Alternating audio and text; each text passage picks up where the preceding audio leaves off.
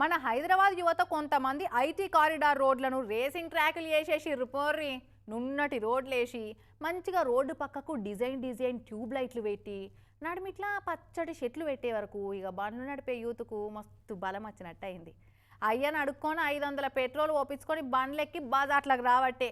ఇగో జనాలు భయపడేటట్టు బండ్ల రేసింగ్లు చేసి పోలీసోళ్ళతోటి దొంగ పోలీస్ చిక్కడు దొరకడు అవుటిచ్చుకునుడు అసొంటి ఆటలు ఆడబట్టిర్రు.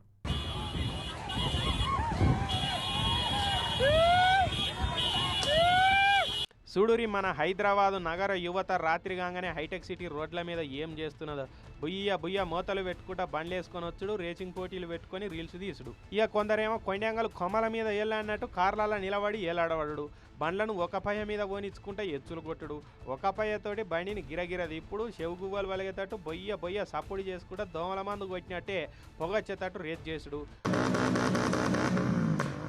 బండ్లు అన్నది ఇట్లా బజార్ల పోజులు కొడతాందుకే అన్నట్టు స్టంటు చేసుడు. ఏమన్నా తయారైరా అవయ్య భయం ఎట్లన్నా లేదు, పోలీసు వాళ్ళ భయం అయితే ఇక మొత్తానికి వెళ్ళినట్టున్నది పో. ఇక ఇట్లనో కొందరు పోలీసు వాళ్ళు వచ్చిర్రు. గివీలు కానిస్టేబుల్ గీలేం చేస్తారన్న ధైర్యం కావచ్చు, వాళ్ళ ముంగట ఇంకా పోజులు కొట్టిర్రు.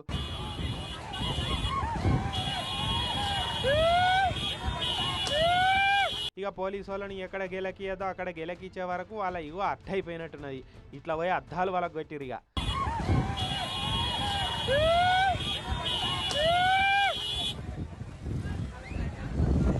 ఇక ఈ సిపాయి చూడురి పోలీసు వాళ్ళు కొడుతుంటే దండం మీద వాళ్ళని పిట్టే బుడుక్కన ఎగిరిపోయినట్టు కారు డోర్ తీసుకొని ఎట్లా ఉరుకుతున్నాడో.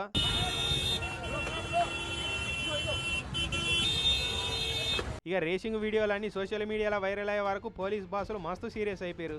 ఇక సీసీ కెమెరాలలో చూసి దొరికిన బండ్లను దొరికినట్టే స్టేషన్ కేసుకు వచ్చి సీజ్ చేసిరు. పోరల మీద కేసులు రాసిరట. T hub Niloufer cafe route వేసిందే రేసింగ్ ట్రాక్ల కోసం అన్నాడు మార్చిరు కదా. ఇక గంత పేరువైన జాగాలల్లో పోలీసు వాళ్ళ పెట్రోలింగ్ లేదు, ఉన్న నామకే వస్తే అన్న ముచ్చటిన వస్తున్నది.